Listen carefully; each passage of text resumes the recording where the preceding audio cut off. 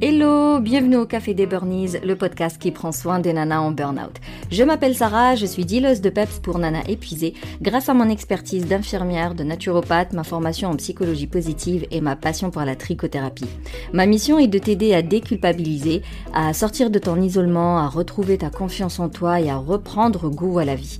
Alors chaque semaine, que ce soit en solo ou avec une nana inspirante, on parlera dévalorisation, échec, harcèlement, mal-être, mais aussi résilience, espoir, épanouissement, reconversion et bien sûr trichothérapie. Si tu es à la recherche d'un endroit sécure, bienveillant pour échanger avec des nanas qui vivent la même chose que toi et qui veulent vraiment sortir du burn-out, je t'encourage à rejoindre ma Safe Place, un espace d'échange et d'entraide très loin des réseaux sociaux dans lequel on se retrouve une fois par mois en visio pour échanger, partager, sortir de l'isolement et me solliciter. Tu trouveras le lien dans le descriptif. Alors cette semaine, j'ai envie de te présenter Charlotte de Mimi & Cookie qui a vécu une dépression postpartum qui s'est terminée par un burn-out tout simplement. Elle nous raconte son parcours avec tellement de transparence en fait et de sincérité. J'espère que cet épisode te permettra de te rendre compte de l'importance de ta santé mentale. Je t'en dis pas plus et je te souhaite une très bonne écoute. Coucou Charlotte, bienvenue dans le Café des Burnies. Salut Sarah. Merci beaucoup d'avoir accepté cette invitation et de prendre le temps de nous partager ton vécu d'ex-Burnie au final. C'est ça. Et oui, et du coup, avant de commencer, je voulais un petit peu que tu nous présentes Charlotte et surtout Mimi & Cookie. D'accord. Eh ben déjà merci de m'accueillir Sarah. Avec grand plaisir. Alors Charlotte, 34 ans. Je suis maman de 2 petits garçons et je me suis vraiment lancée dans Mimi Cookie en 2016, en septembre 2016. Et du coup, c'est une marque de textile pour bébés qui est en coton bio, vraiment exclusivement en coton bio. Et tout est fabriqué en France, donc par moi-même ou alors avec un ESAT. C'est un établissement qui permet de réintégrer les personnes en situation de handicap dans le monde du travail. Donc on peut dire que ça reste quand même une entreprise très éthique. Tout à fait, c'était l'objectif en fait. Et toi, dans le salariat, ça se passait comment ? Ça s'est bien passé, mais à la fin, tu vois, je tournais un peu en rond. On m'a un peu démise de mes fonctions dans le sens où j'étais plus que dans la créa. J'étais aussi vachement dans l'organisation. Alors j'aime bien l'organisation, mais en fait, il est arrivé un moment où ça a commencé à tourner en rond parce que je pouvais pas progresser plus. Une réaction saine, on va pas se mentir, parce que tu aurais pu rester pour la sécurité de l'emploi, parce que tu as de la reconnaissance et à force de tourner en rond, tu aurais pu finir en bore-out. Donc finalement, tu as eu quand même... non, mais carrément. Ah non, mais j'aurais pété une durite, c'est sûr. Parce que déjà, quand on m'avait changé de poste, tu sais, j'ai fait 3 mois où je faisais que de l'ordinateur et que de l'orga. Et là, de toute façon, au bout de 3 mois, j'ai dit, moi, je ne tiendrai pas. Enfin, c'est pas possible, c'est pas mon métier de base. Et aujourd'hui, ce serait quoi ta définition, toi, du burn-out ? Alors, pour moi, burn-out, c'est un épuisement physique et psychique, quoi. Enfin, pour moi, ça serait vraiment ça, où t'es à bout de tout, en fait. Et tu peux plus rien faire, en fait. T'es démotivé de tout, t'es là et t'arrives plus à avancer, quoi. Et t'as même plus aucune envie, en fait. Ouais, tu fais ton salariat, sauf qu'après, voilà, ça te parle plus, tu t'arrêtes, tu te lances dans l'entrepreneuriat, donc tu crées... Là, c'était Mimi & Cookie dès le début. Donc, entre 2019 et 2021, j'ai eu 2 boîtes et 2 bébés. Et 2 bébés. Donc, ça a été condensé et en plus, tout ça sur fond de Covid, tu vois. Donc... mais c'est un cocktail Molotov. Et donc... Franchement, c'est ça. C'est exactement ça. Du coup, comment ça s'est passé ? Tout ça, comment t'as géré ? Comment ça s'est fini ? Alors, tu vois, déjà, la grossesse de mon premier, c'était pas attendu comme ça. Sur le coup, je suis un peu genre, ouais, bon, tu vois, j'appréhende un peu le truc parce que j'avais pas prévu de base de tomber enceinte aussi vite. J'étais pas prête. C'était pas un début de grossesse calme. Enfin, tu vois, j'ai eu un peu peur. Après, la grossesse s'est passée et c'est bien passé, ouais. Je me suis pas ménagée. Donc, ça, grosse erreur aussi. Tu vois, j'aurais dû vraiment me ménager, faire attention, m'arrêter. J'ai arrêté de bosser hyper tard. Parce que Ouais. comme j'ai ouvert une seconde société en même temps, je disais à mon associé, non, mais c'est bon, t'inquiète pas, je gère, je peux t'aider jusqu'au bout. Et en fait, j'aurais peut-être dû me reposer. Quand j'ai commencé à avoir des contractions la veille au soir, j'étais encore avec mon associé en train de bosser, quoi. Hmm. Il est arrivé, et en fait, dans les jours qui suivent, j'ai voulu allaiter mon fils, mais j'avais pas de lait. La fille qui s'occupait de moi, vraiment pas sympa. Elle m'avait mis au tire-lait et en fait, elle avait mal réglé et elle m'avait pas aidé. Et du coup, j'avais trop mal, j'avais quasiment pompé pas de lait. Et tu vois, déjà à l'hôpital, ils te font remplir un petit test pour voir quel est ton niveau de morale un peu, tu vois. Je senti qu'il y avait quand même du moyen.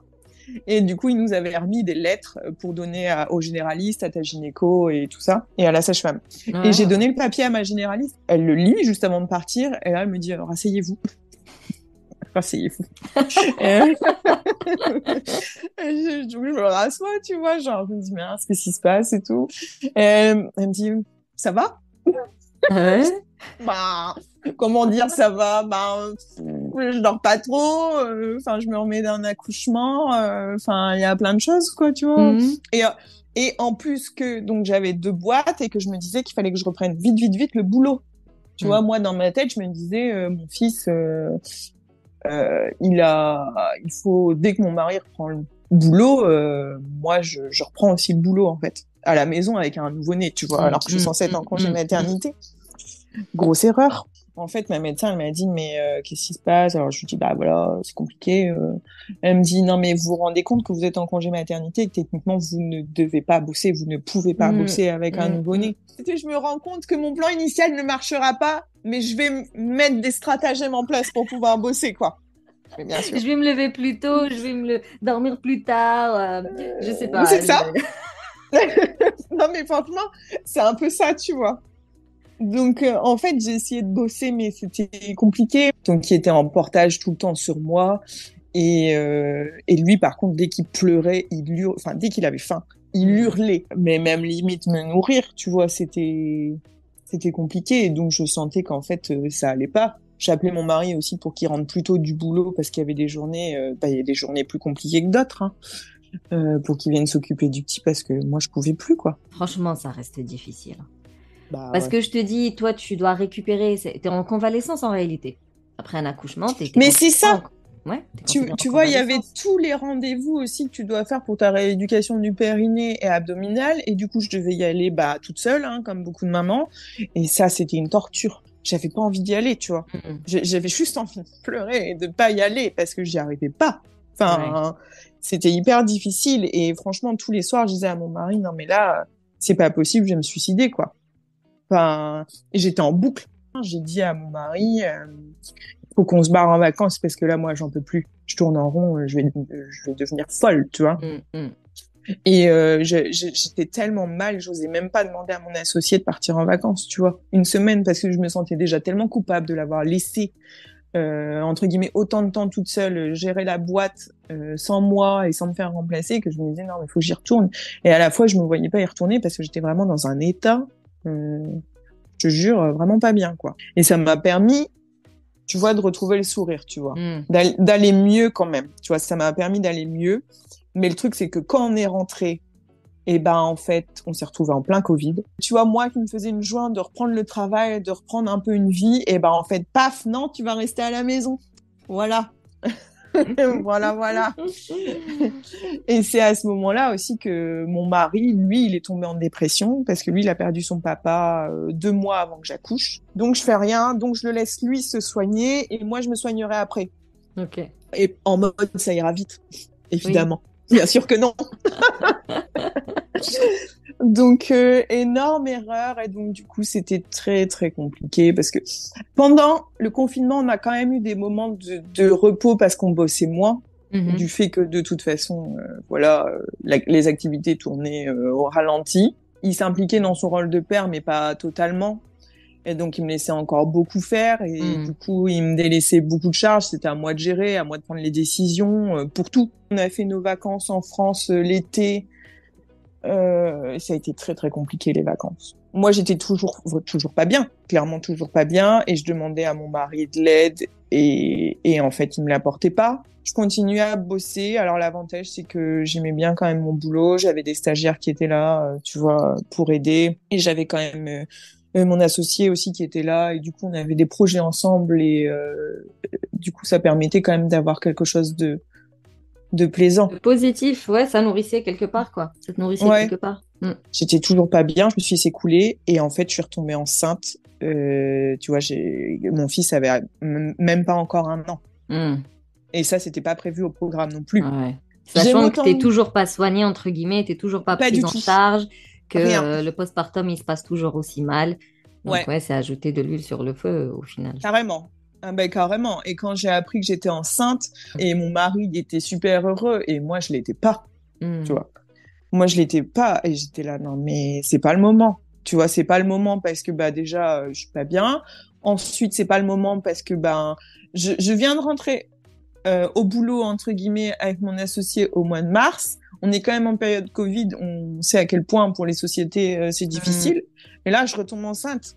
Et Mm. je vais devoir dire encore une fois à ma pauvre associée, meuf, je suis de nouveau enceinte. Bon, Du c'est un coup, là, truc. tu accouches, tu rentres à la Du maison coup, avec un nouveau bébé, ça se passe comment? bah alors du coup, tu vois, pendant mon suivi de grossesse, quand j'ai eu mon premier rendez-vous à l'hôpital, le sage-femme il pose plein de questions. Tu sais, genre, Mm. est-ce que c'était voulu comme grossesse? Et là, je Mm. lui dis non. Et là, tu vois, il me dit, Oh. genre, ça va. Et là, Asseyez-vous, je madame. commence. Ouais, c'est ça. Et là, je commence à pleurer, tu vois. Et là, il me dit, waouh. Tu vois. Il me dit, je peux vous proposer, c'est d'aller voir la psychologue de l'hôpital. Alors, il n'y a pas des rendez-vous tout de suite parce qu'elle est fort prise, mais je pense que ça serait bien. J'étais là. Ouais, je pense que ça serait bien, mec. Du coup, il m'a mis un rendez-vous et j'ai eu un rendez-vous, je crois, 2 mois après. Et j'ai été suivie par cette psychologue de l'hôpital. Et heureusement, tu vois.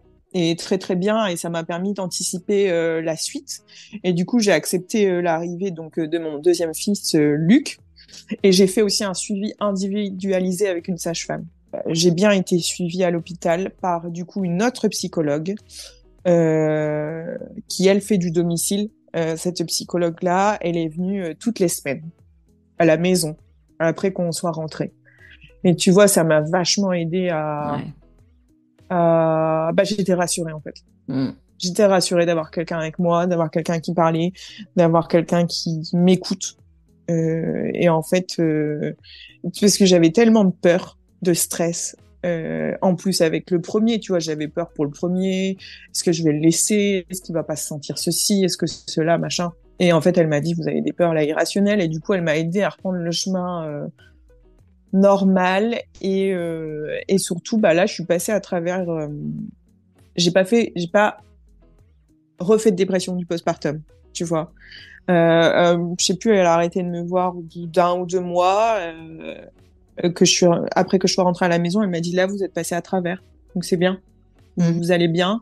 Elle dit par contre, je sens que vous avez toujours un problème, c'est avec votre mari. Ça va Ok. toujours pas, ça va toujours pas.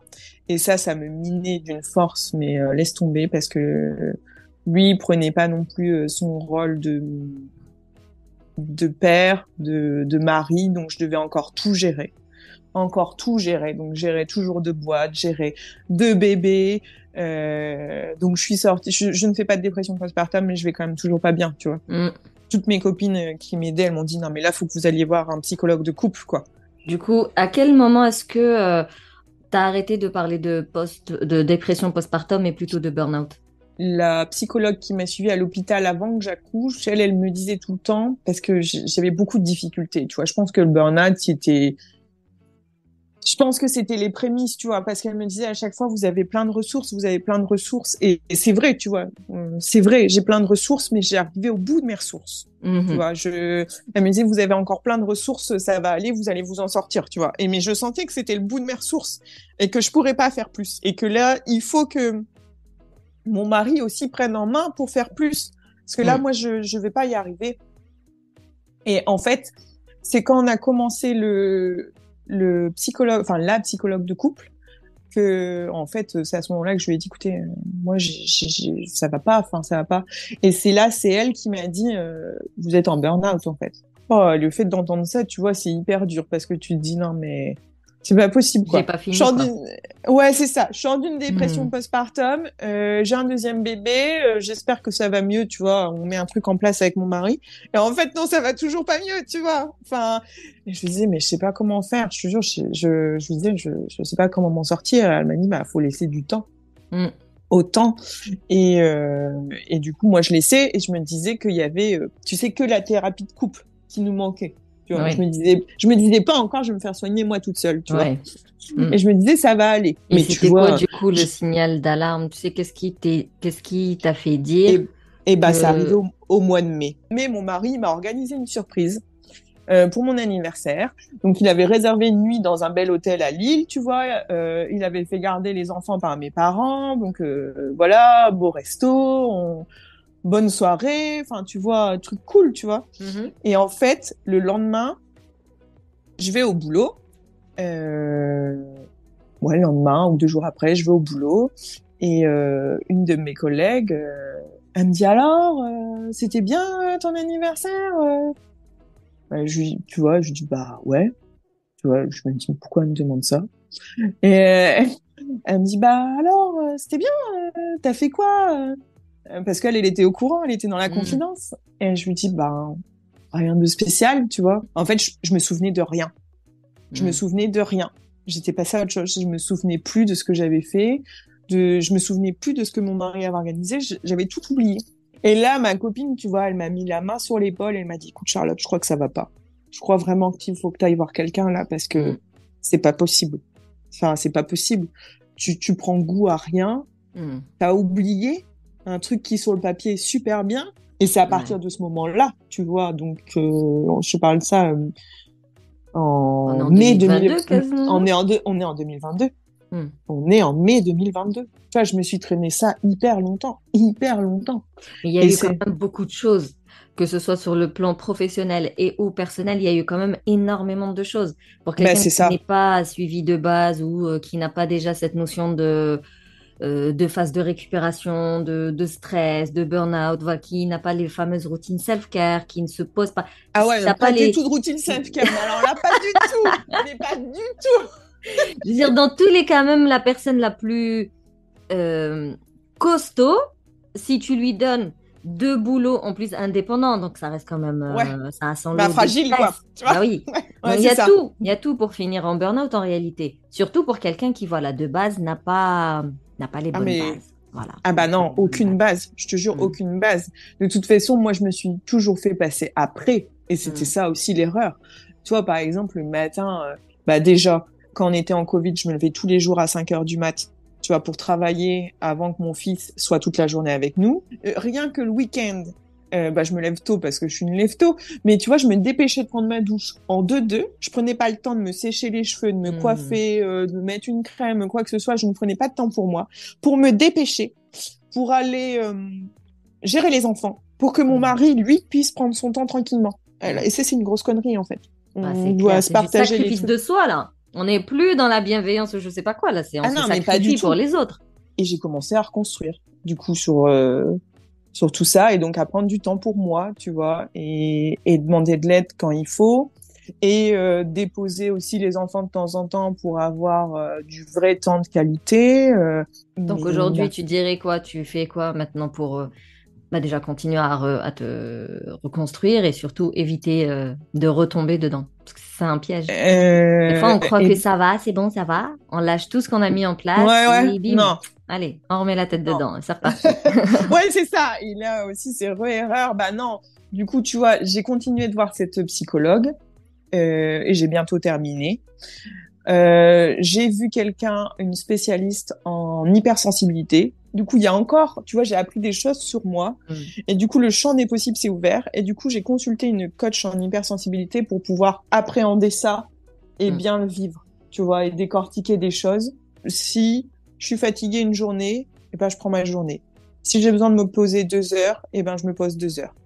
Alors qu'avant, je le faisais pas, hein. Ouais, Je bah bossais ouais. de 8 heures jusqu'à 18 heures non-stop. Mm, Enfin, tu vois, mm, mm, parce que pour moi, c'était inconcevable d'arrêter de bosser. Maintenant, mm. je le fais. Manger, tranquillement. Se prendre du temps avec mon mari. Donc, on prend des petites nounous qui gardent les enfants. J'ai plus de stagiaires à la maison. Comme ça, j'organise mon planning comme je veux.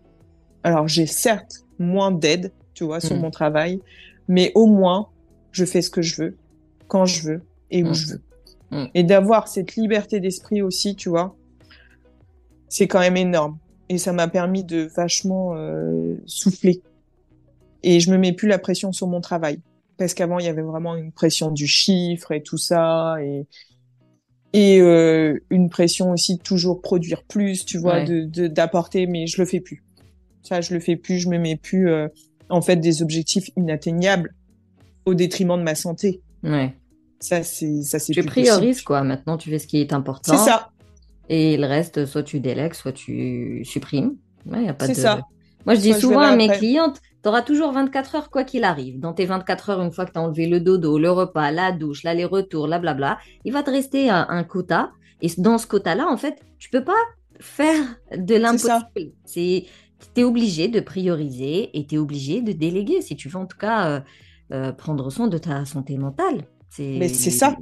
Après, voilà, Mais tu c'est peux te ça. suradapter, te surengager comme tu as fait, mais sache que ça finit forcément droit dans le mur. C'est Il n'y ça. a pas Ça d'autre marche pas, en finalité. fait. J'ai aussi un copain proche qui est un peu passé par ce genre de phase. Et lui aussi, il avait plus envie de rien. Et à un moment donné, il m'a dit, écoute, Charlotte, en fait, tu sais plus tu sais plus ce qui peut te donner Qui tu envie. es, en fait. Et il m'a dit, mais essaye. Il y a que en essayant, en te remettant en marche, que tu verras si ça te plaît ou pas. Du coup, ce serait le conseil que tu donnerais à une nana du coup, qui est dans la phase Bah déjà, où je tout pense que va mal et qui nous ouais, écoute. Tu lui dirais quoi? je lui dirais que déjà, tout passe. Hmm. Quand tu es au début du tunnel, tu as l'impression que tu vas jamais voir la lumière au bout et que tu t'en sortiras pas, mais tout passe. Il faut prendre soin de soi, il faut vraiment en parler, libérer la parole, aller consulter des professionnels pour qu'ils puissent t'aider. Et même s'il faut prendre des cachets pendant un temps, eh ben, faut pas hésiter parce qu'en fait, comme elle m'a dit, ma médecin généraliste, c'est une béquille le temps que ça aille mieux. Enfin, tu vois, parce que pour moi, c'était une honte aussi éventuellement de Ouais. prendre un cachet.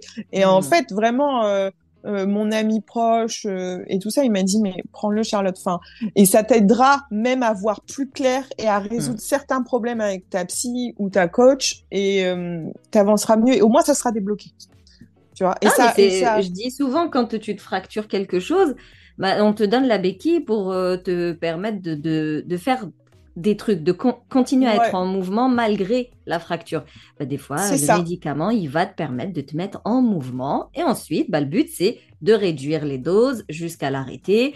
Mais parallèlement, c'est parce que tu as bossé sur toi, tu as revu tes blocages, tu as mis en place les bonnes C'est ça. habitudes, tu as revu ton alimentation, blablabla, blablabla. On va pas attendre sous la couette pendant je sais pas combien de Bah, mois, non. le temps que ça aille mieux, parce que ça n'ira pas mieux. Non, ça n'ira pas mieux. Spoiler alert, ça n'ira pas mieux. Non, mais voilà, tu vois. Oh mon Dieu. Donc non, non, Mais, tu as bien raison. et je pense qu'il faut grave libérer la parole, tu vois, parce que quand j'ai libéré la parole, même auprès d'amis, et bah, tu vois, ils m'ont tous dit, et pourquoi t'en as pas parlé? En fait, on peut t'aider, on peut garder les enfants. En fait, on est plein de préjugés. Ouais, On part du principe qu'on va être jugé, mais en réalité, on est c'est les ça. premiers jugeants, entre guillemets, tu Mais vois. c'est ça. Et en fait, pas du tout, tu vois, ils m'ont tendu la main. En fait, c'est ça. Et qui nous écoute, sache que tu es peut-être dans cette phase où tu as l'impression que tout le monde va te juger et te prendre pour une fragilus voilà, tu es dans cette honte et cette culpabilité. Mais non, sache que si t'en parles, après tout dépend, hein, tu tomberas toujours sur un connard ou... C'est ce que j'allais te dire. Il y en a forcément. Il y en a forcément. Il y a forcément une petite tache noire là que tu as envie d'effacer. Mais sinon, normalement, dans ton environnement, il y a au moins une personne à qui tu peux parler et à qui tu peux dire les choses, histoire d'être aidé, ça c'est clair. Ouais. Ben, c'est ça. Et même si cette personne, elle peut pas t'aider directement, peut-être qu'elle te donnera des adresses, tu vois. Ouais. Non, non, il faut sortir du repli sur soi, il faut sortir de l'isolement, il faut en parler, ça c'est une certitude. Parce que dans ton coin, tu ne vas pas avancer. Non, Et plus t'en parles, clairement. plus on te recommandera des solutions ou même on te conseillera. Tu vois, après, il vaut mieux aller voir des professionnels. Les amis sont là Oui, surtout pour l'écoute. Faut les deux, en fait. Plus t'en as, mieux c'est c'est. ça. Tu vois? Non, mais c'est vrai. C'est Hmm. vrai. Depuis le moment où j'ai été prise vraiment en charge, ça a été relativement vite, tu vois, Bah un oui. an. Et en fait, tu te dis, mon Dieu, mais qu'est-ce que c'est dommage, tu vois, Non, mais la combinaison du temps, coach quoi. et psy, elle est vraiment, vraiment intéressante. Moi, je le vois avec mes On clients. n'a pas vu du tout la même chose. Hein. Oui, non, on fait pas du tout le même travail. Mais je le vois avec les filles que j'accompagne, celles qui ont un psy en parallèle, elles vont beaucoup plus vite que celles qui n'en ont pas. Ça, c'est ça, c'est sûr. un constat, quoi. Bah, écoute, merci beaucoup pour ton témoignage. Bah, de rien. Écoute, ça a été plus facile que ce que je pensais. Ouais. Non, mais comme vraiment, quoi, je te jure. mais ça, c'est la preuve que tout le travail que tu viens de faire de courant cette année, tu as accepté tellement ta situation que finalement, t'en parles avec aisance, quoi. Tu es à l'aise avec ce que tu as vécu et tu es à l'aise avec ce que tu as mis en place et tu es à l'aise avec qui tu es aujourd'hui. Et ça, c'est vraiment le travail avec les professionnels. Il n'y a pas de secret. En tout cas, merci beaucoup de m'avoir accueilli. Écoute, je suis contente de partager mon expérience et j'espère surtout que ça va en aider d'autres à prendre des décisions et à aller de l'avant et de voir cette lumière au bout du tunnel. Regarde, je te mets la lampe torche là, tu la vois? C'est ça. Ouais, ça va bien se passer. Non, c'est le but de ces interviews, c'est vraiment d'inspirer, d'encourager et de rassurer, de réconforter, de dire même si tu es au fin fond de ton puits là, au fin fond de ton trou, sache que il y a moyen. Bah, ça va aller. Il y a des solutions et on en sort généralement mieux, tu vois. Grandi. On sort grandi et plus riche et plus forte et on apprend à mieux gérer nos événements indésirables. Personnels. Ouais, les petites... Ouais, c'est ça, toute notre vie. Et oui. Spoiler alert aussi, tu vois. Toute notre vie. Bah, Charlotte, je te fais plein de bisous. Je te dis prends soin de toi. Bisous aux Gremlins. Toi aussi, les petits Gremlins.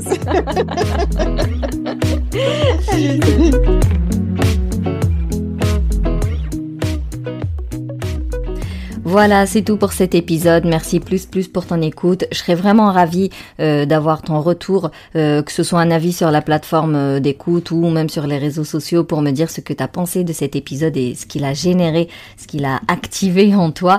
En tout cas, pour soutenir le Café des Burnies, tu peux me laisser un témoignage sur la plateforme d'écoute ou me mettre 5 étoiles aussi, surtout pour celles qui écoutent sur Apple Podcast. Tu peux partager le podcast, comme on dit, libérer la parole, histoire que les femmes voient que d'autres personnes traversent la même chose qu'elles et qu'elles s'en sortent et qu'en fait elles ne sont pas folles, mais c'est un état tout à fait légitime. Si tu veux échanger, eh bien je t'encourage vraiment à rejoindre ma safe place, comme ça on n'est pas obligé de passer par un réseau social. Et sinon, eh bien je te dis, on se capte la semaine prochaine pour un nouvel épisode et d'ici là, booste ton feeling good.